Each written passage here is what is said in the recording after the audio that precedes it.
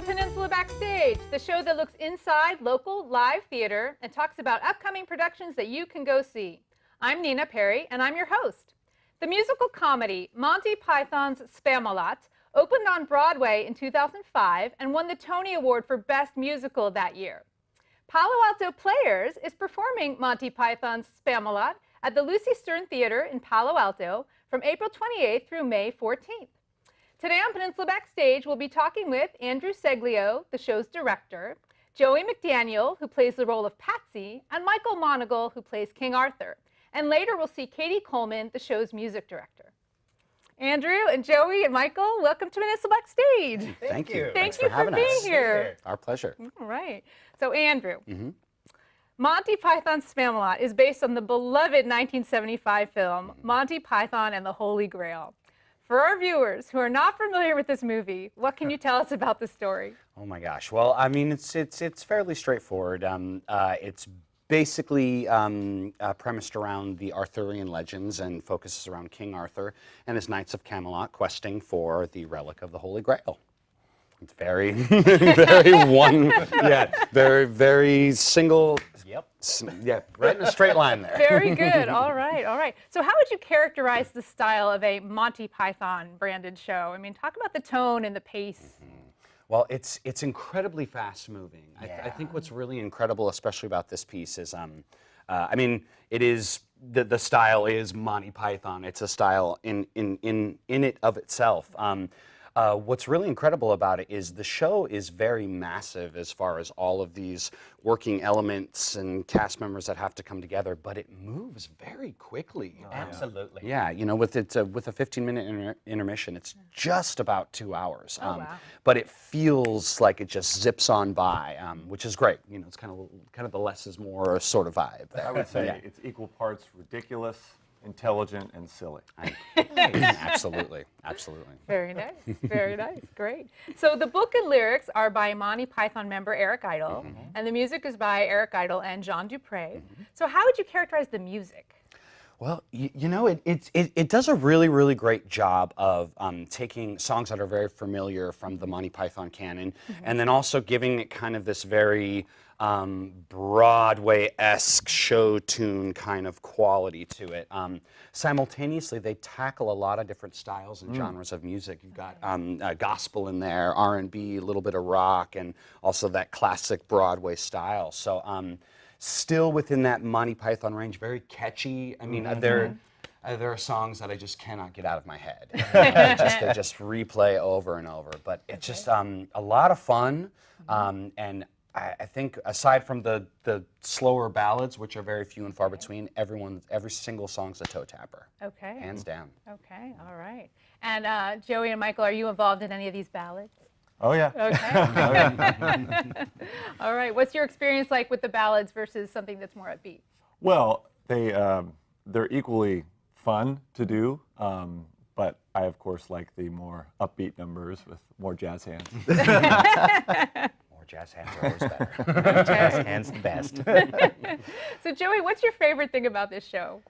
Oh, you know, it's that I've been quoting this movie for as long as I can remember, and now I get to do it in front of others. I think that's just it, is the brilliance that the show gives a lot of what you would expect if you are a Python fan, but then surprises you with the new songs, with the new jokes, or the slight tweak on the joke you think you know. Okay. So you get this fun roll of laughter of the people who recognize the Python joke even before it gets to the punchline. And then the punchline happens, and then everyone's laughing, and then you laugh at the people who didn't know the joke.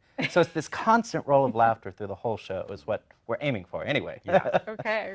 And probably in the least amount of lines in the show, Joey is responsible for so much of that laughter because he brings such heart and such commitment to his character of Patsy that it's just a joy to be on stage with him. Oh, thank you. It's true. It's very sweet. So nice. So you are a fan of the movie. Yes. Did you rewatch the movie in preparation for this role? Yeah. More than usual, Joey? yeah, I was going to say more than usual, but not just Holy Grail, because there's little bits of Life of Brian and Meaning of Life, or some of the big famous skits are pulled in here, little bit of lines here and there from the big canon of Python.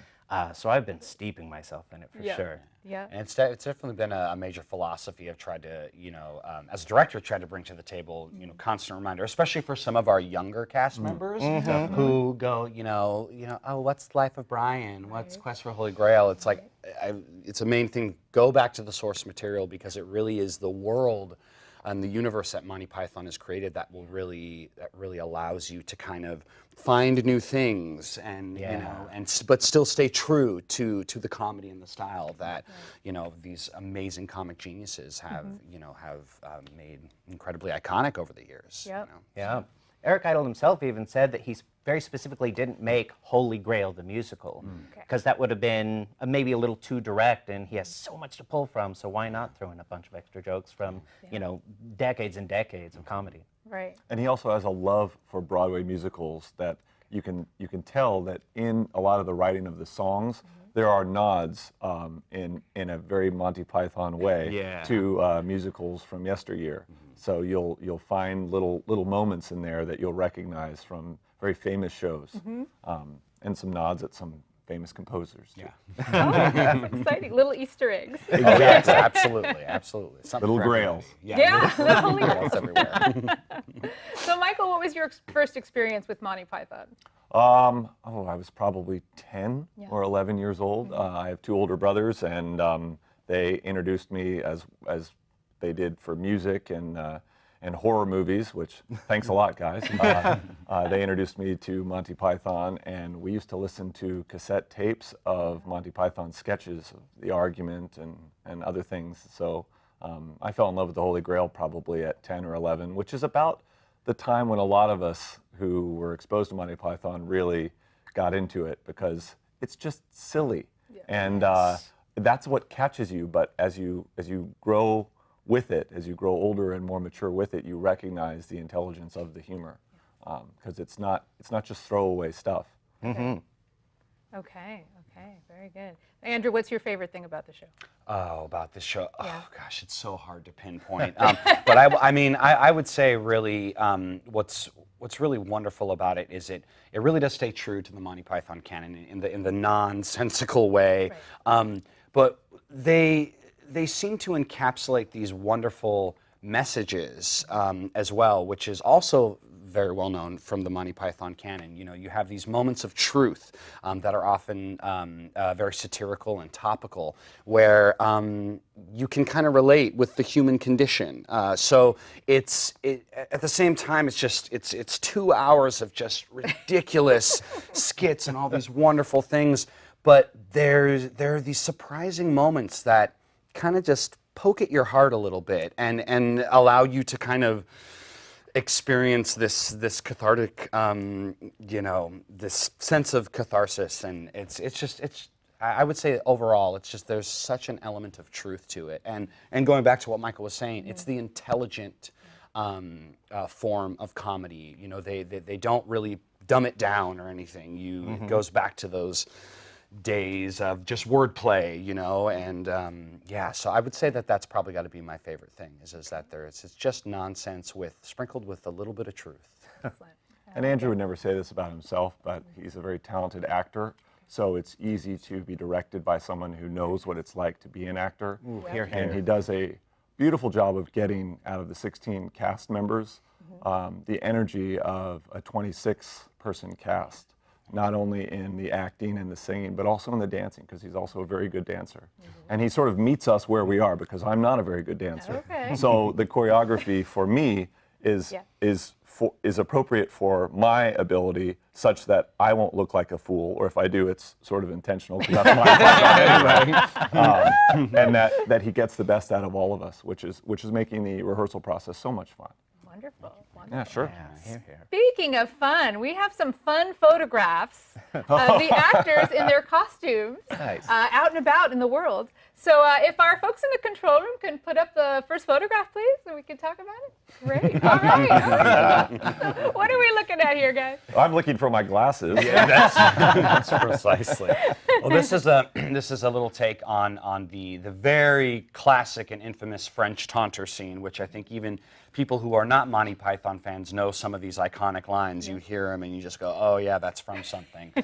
So the wonderful moment in which Arthur, Patsy, and the knights come across the French castle, and they're taunted by this horrendous Frenchman with a horrifyingly bad French accent, which is all a part of it. And that our actor Bradley Satterwhite, who's playing the French taunter amongst many other things. So that's what you're seeing there with this first image. And he is absolutely hysterical in that role. All right. So true.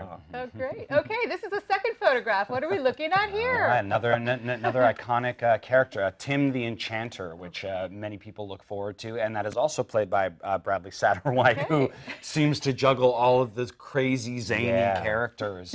That's what he normally looks like in his day job. That's exactly what I it mean, is. that was He's no that makeup. tall. Yeah. The beard and the horns and everything, that's all a part of it there. So, from his mom's side. Yeah. All right, let's look at the third photo. Oh, and this is Joey and Michael. I mean, this is just, there's nothing specific about this one other than it really encapsulates the chemistry and the characterizations that both of these phenomenal performers bring to the table and what people can expect. It's so much fun to watch them play off of each other at every single moment. Joey is the brains of the entire round table, I'll tell you that much. I'll take it. All right, and I think this is our last one. Oh, yeah. Good old Bradley there. This is Bradley again? Mm-hmm, just Floating in midair. Floating in midair, playing with the French taunter. right. Oddly enough, there is a moment of staging where they do pop out sideways like that, so it's pretty Wow. accurate there. Wow, I hope the hat's not too heavy. If it is, he hasn't complained about Yeah. it. Very So good. let's Big, strong dude. Yeah, He's got it. He's in good shape. All right, well, these photos were taken by Joyce Goldschmidt, so thank you to Joyce, and thank you for bringing those photos with you. So clearly you were having fun during this photo shoot. Yes. And clearly this show is a comedy. So comedy has a reputation among show business folk as being hard. Do you think that's true? And if so, what makes it hard? And if not, why is it not hard? Yeah, I think it's totally hard, though it's the world that I prefer to live in. Without hopefully being insulting to audiences at all, I think drama, you can get to something very earnest and heartfelt that we've all felt and sort of get right to their heart kind of easily with just a little bit of good script and good lighting and the manipulation. But comedy is so much about the timing, of course, and the surprise of it all and the I didn't see that coming. And it's just a super fun place to live in, but it can't just usually be freeform, do whatever you want. There's a lot of intelligence and wait 3 beats for this thing. Do this thing 3 times, not 4 times. So a lot of the rehearsal process is figuring out what is actually the right moment to say that and what is the right way to say that. So yeah, I totally find comedy more difficult, but a fun place to live. Well, and I think a huge part of it too, as Joey was saying, there's a lot of variables that come into play on any given night. The audience that you have there, you have to feel the energy. You have to be open to giving to your other actors, and it's really about behaving on the fly in so many different moments. There are often times where you have audiences per se that are not making a lot of sound. That doesn't mean they're not enjoying it, but it's easy as actors to get sucked into this vacuum and go, oh gosh, they're not enjoying themselves, and to really push for the laugh. Yeah. And that's something you don't want to do. You want to keep it in this genuine vein. But yeah, I often compare comedy to what I would imagine it would be like going into space. There are these, there are so many variables that you have to consider, and one little fraction of a beat over here can either make or break a moment. Yeah, totally. So it really requires every single person in the cast and every character to just be completely present and in the moment at every single turn. Yeah, and I think a lot of the comedy, even though it is super silly and very, very over the top in the show, comes from a mostly earnest place. Like there's a great number that Andrew and I do in the second act that is played just dead straight. and the I'm laughter. Andrew now. Sorry. I noticed that. Sorry. I was like, king, is there something that I don't know? I haven't staged myself into it yet. So, But yeah, we play it just dead straight, and the more earnest that you play it, the funnier that it gets, Yeah, and I yeah. love that stuff. Yeah. Now, do you have to hold for laughter? I mean, when the audience is laughing hysterically, do you have to just wait until Hopefully. that? yeah. Well, and that's also one of the tricky things, in the rehearsal process. You want to get it to a place where things are moving, because there is a level of speed that you really need for comedy.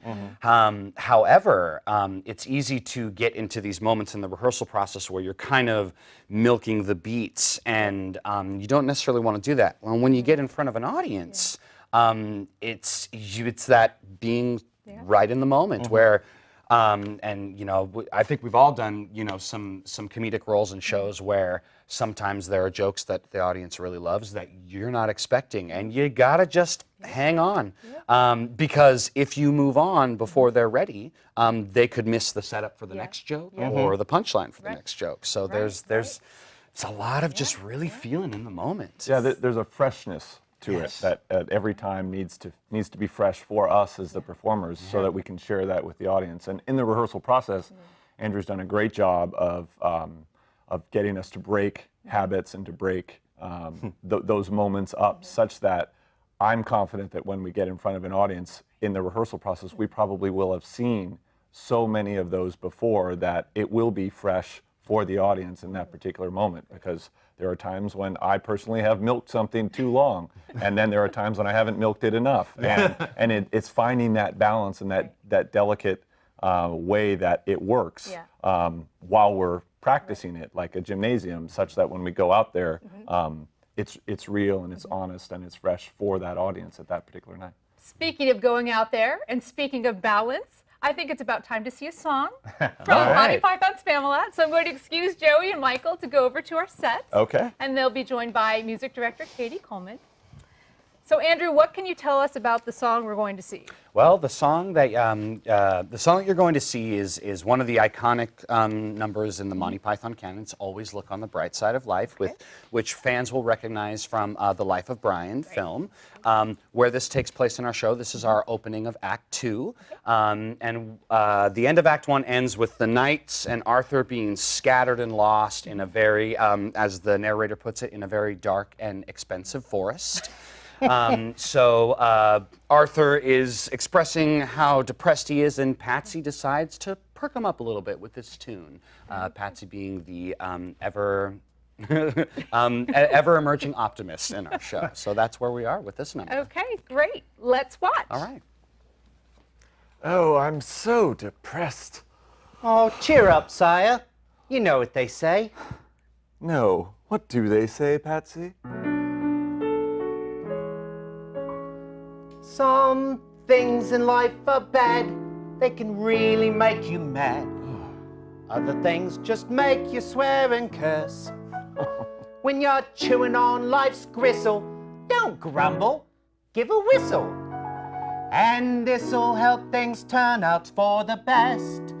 Hey, always look on the bright side of life.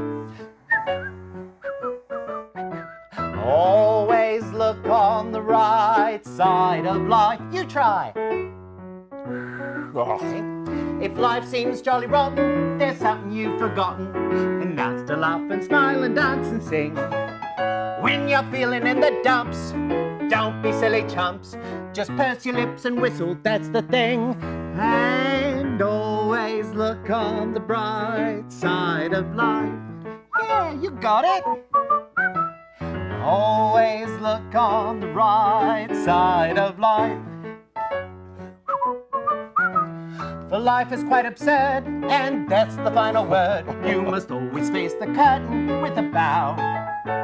Forget about your sin, give the audience a grin. Enjoy it, it's your last chance anyhow. Come on, King. Oh, Patsy, you're full of good ideas. Always look on the bright side of life. Yeah!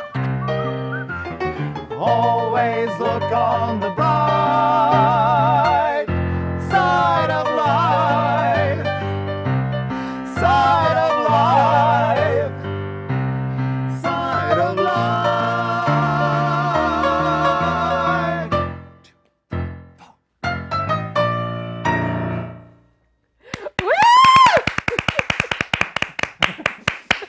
Bravo. Thank you to Joey and Michael. Wonderful. Hi, Katie. Thank you. Hi, thanks. So, Katie, today you played the piano for the singers. What kind of orchestral ensemble will there be for the show, and where will they sort of be in relation to the players? So we're going to perform the show with a band of about 9 musicians. It's essentially a big band, so we have brass and woodwinds and a rhythm section, and then I will play piano and lead the band, and we will be in the pit in front of the stage. Okay, great. And how did you recruit the musicians? Where did you find these people? Well, we've got a really great network of local professional musicians in the area that play a lot of these shows, and then it's my job as music director to kind of gather them up and coordinate schedules, and then we have one orchestra rehearsal, and then we put it together with the cast. Wow, great. Well, thank you. Thank you so much for being here and playing and talking with us. All right, great. So, guys, thank you. That was fabulous. We have fun, you can tell. Yes, indeed, indeed. So, Joey, tell us a little bit about Patsy. Yeah, Patsy's a lot of fun to play, but we alluded to it earlier. He's got sort of very few lines in the show, but I'm in almost every other scene, like 3 feet behind this guy. So it's a very fun challenge of knowing how to react and not pull focus, but hopefully be as funny as you can without having a lot of punchlines to throw out directly to the audience. But it's joyously fun to play. I've got the big backpack on, I've got my coconuts that I'm banging together for my horse, following just wherever he goes. So it's been fun and funny. And Michael, about King Arthur, I mean, a lot of people know who King Arthur is and have ideas about King Arthur. So did you let those inform or inspire your interpretation at all? No. Okay. Good answer, good I let answer. Joey Okay. give me his interpretation, and that's what I went with. This is a Monty Python take on King Arthur. Yeah. So the name is the same, the round table is the same, the knights are the same, but otherwise, this King Arthur is a benign befuddler, and with the help of Patsy, who really is an intelligent and often overlooked asset to the king, we somehow muddle through to find the Grail. But it's not from any plan that the king himself has. It's by happy accident, happy circumstances. Nice. Okay. And you mentioned that you were maybe a little more comfortable with the singing and the acting than the dancing. True. All right. True. Good. And Joey, do you have that same thought, or? Yes. Okay. My dance move tends to be, hopefully I don't fall over. But definitely something I'm working on. In the number we just did, there's a big tap break in the middle. Oh. So working hard to be impressive. Okay. We'll see. Okay. All right. And Andrew, I'm sorry. Michael, Oh, go he ahead. already is. He's modest, being but he's sweet. no. You can tell that he's worked hard on it, but he's got the chops. Very good. And Andrew, you're the choreographer as well as the director. Yes. Yes, and I so am. it sounds like you had a little bit of freedom to tweak the choreography relative to what was done on Broadway. Oh, absolutely. As a matter of fact, I think nowadays there are certain shows when you license when you can actually purchase the rights to do the original choreography.